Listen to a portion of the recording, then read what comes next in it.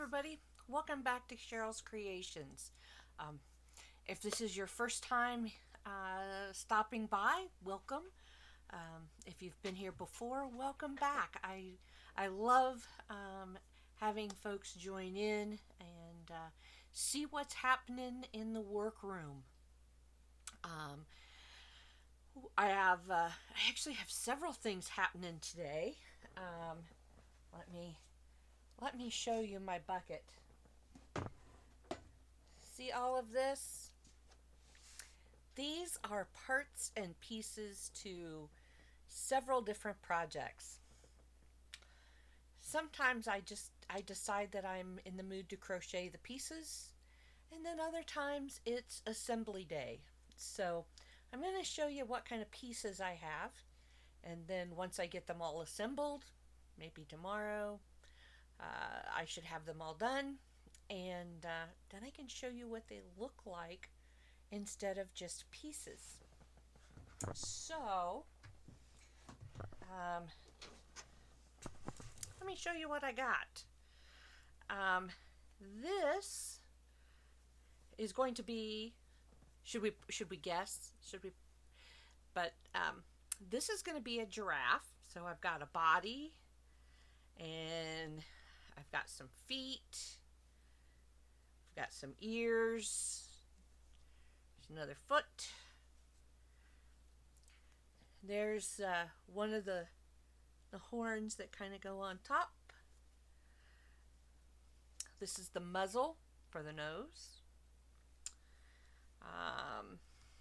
And then I have a bunch of circles and squares and different shapes because these will be the spots for the giraffe. Okay. This pattern I've showed you before. It is, well, I showed you the elephant. This pattern is from the Huggable amigurumis. And I will list these patterns. Okay. Huggable amigurumis. This is actually the little guy that I've got pieces, and so I will get him all worked up. The second thing I have in here is a pattern I've used several times and have showed. This is the teddy bear that I use. There's this. I put blue eyes on this one, and this is an old yarn I've had in my stash, but it's just kind of got all the baby type colors. So there's my head. There's a couple arms, a couple feet, a nose, or I guess that's not a nose. That might be the tail. And I got some ears. And so I will have a baby colored teddy bear. And then I also did one in this color. May not be able to see it very well. This is, and it's very soft. This is, I love this yarn. I don't remember the colorway, but I will see if I can find my label. So I've got all kinds of pieces for him. And there's his body, ears. Oh, what does that go to? Oh, that goes to the cow. You know, I probably ought to separate some of my pieces. A new thing that I've been trying, or I've done a couple things for, is this pattern. It's a frog cushion, or like a frog pillow. This is a paid pattern that I got off of Etsy. And so it is by Anne Alster. And so I have my round pieces. And I have, this is the back side of an eyeball. And this is the inside of an eye. And then it's got the dark circle pieces. Nope, that's a cow piece. It's got the round centers for the eyes that'll go in. So I have one of those. Another thing, there may very well be a cow pattern for that matches the frog, but I just kind of winged it. So using the same theory, I did my two round pieces for a cow, and I've got horns. Oh, there's the muzzle, mouthpiece, and these are some horns. I've got some ears, and so I'll be putting together one of those that looks like a cow. If I like it, I may go in search of other patterns and see what other things I can find. The last set of things I have in here are Baby Yoda. This is a pattern. It's called a teaspoon pattern. Again, this is a paid pattern. Looks like this. This is actually one in a series. They have 5 or 6 of the characters in this size and in this style. So I'm actually doing 2 of these. There's my head, because we finish up down here. I always go ahead and put the eyes in. There's the eyes. There's a body. Couple of ears.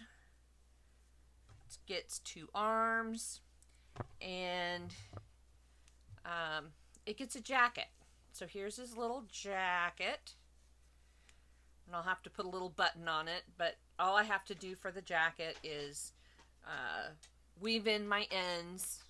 Okay, so he'll get a nose, and he's got some ears. I don't know if this will give you an idea of what it's going to look like. Kind of like that. So those are a lot of my pieces that I have, that I've been just been sitting and crocheting pieces lately. Sometimes I just get in that mood where I'm just not interested in assembly. And so I just do pieces, and then I kind of take a whole afternoon or an evening and put all my pieces together. And so, sometimes it's just that mood that I get into. So this is kind of the fun part, where now as I start to put them together, they start to come to life. They start taking on kind of a life of their own, and so that's kind of fun.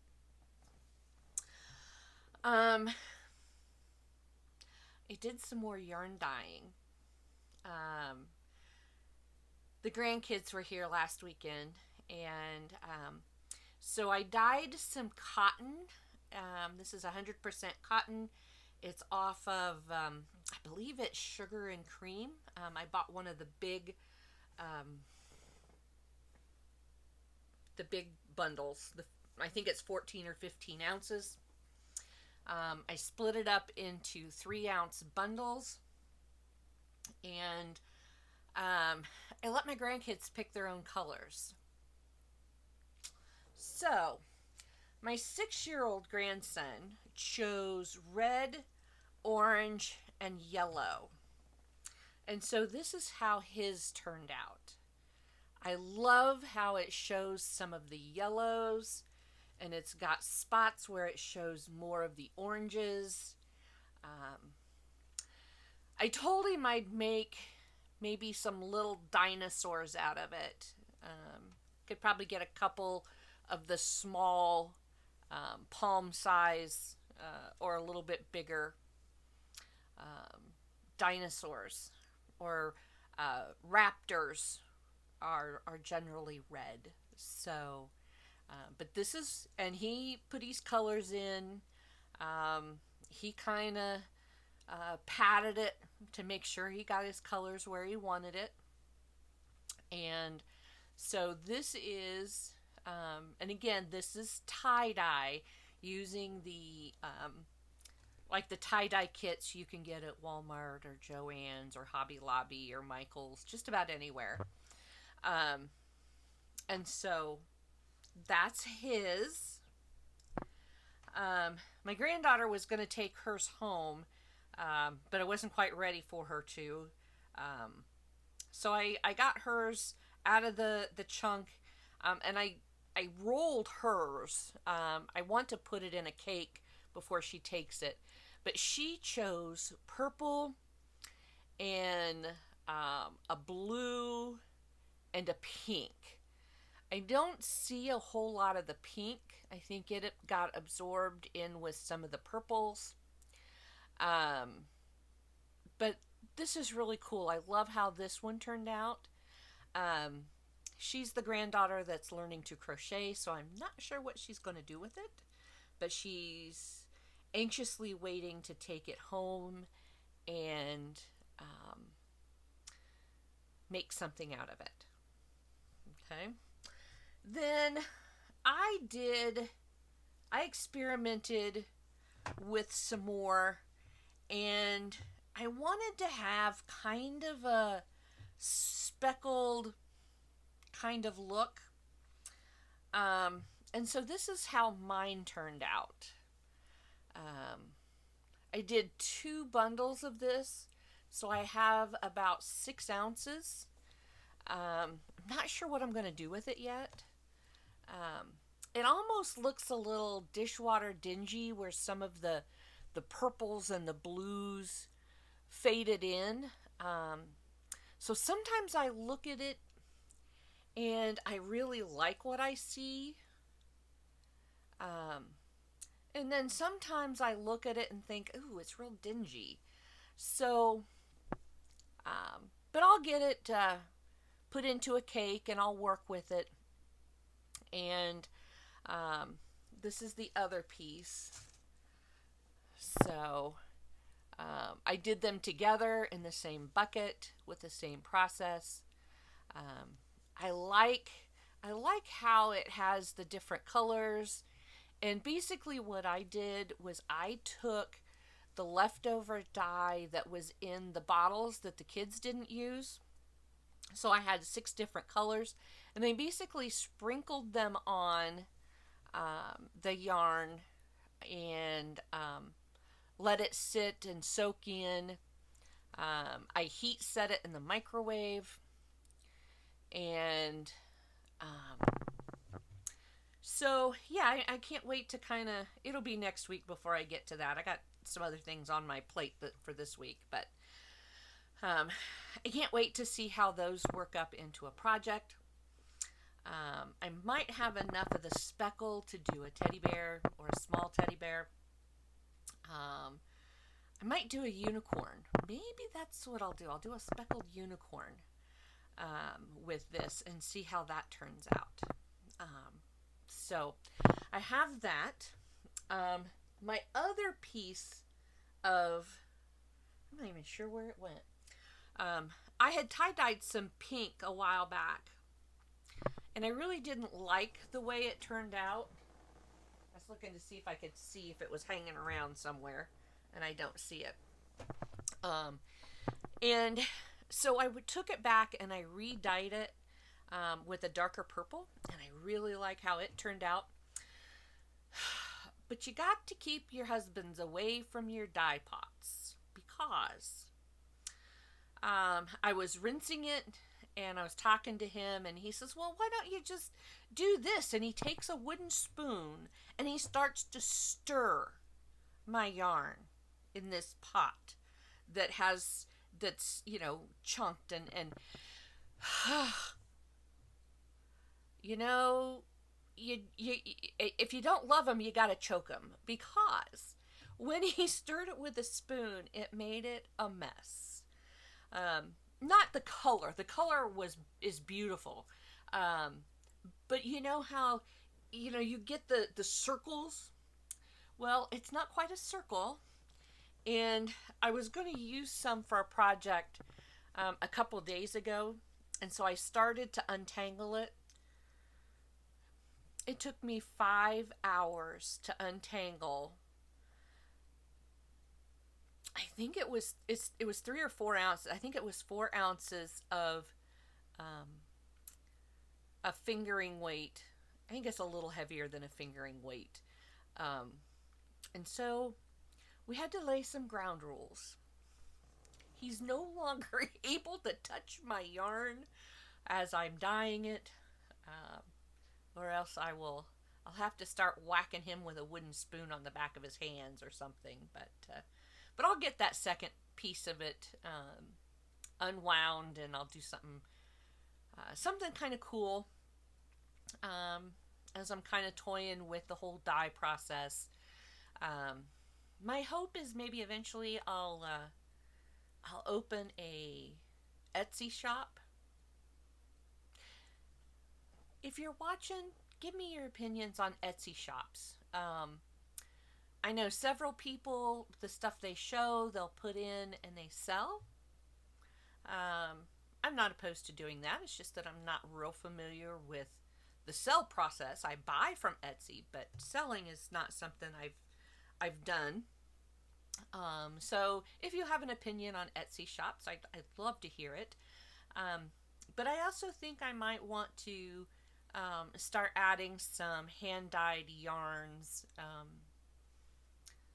to not only my fair booths or my craft fair booths, but maybe even to an Etsy shop. So if you have an opinion on that, I'd love to hear it. So I think that is what I have for today. Been up to quite a bit. Keeps me out of trouble. Well, maybe keeps me out of trouble. So I hope you enjoyed the little tidbits that I'm working on, and come back in a day or two and see these pieces, see my bucket of pieces turned into some really cool things. So be sure to like or share or subscribe to my channel. I'd love to have more friends out there, and if you have a channel, be sure and tag me or send me a note or a message, and I'd be happy to follow along. Crochet away, everybody!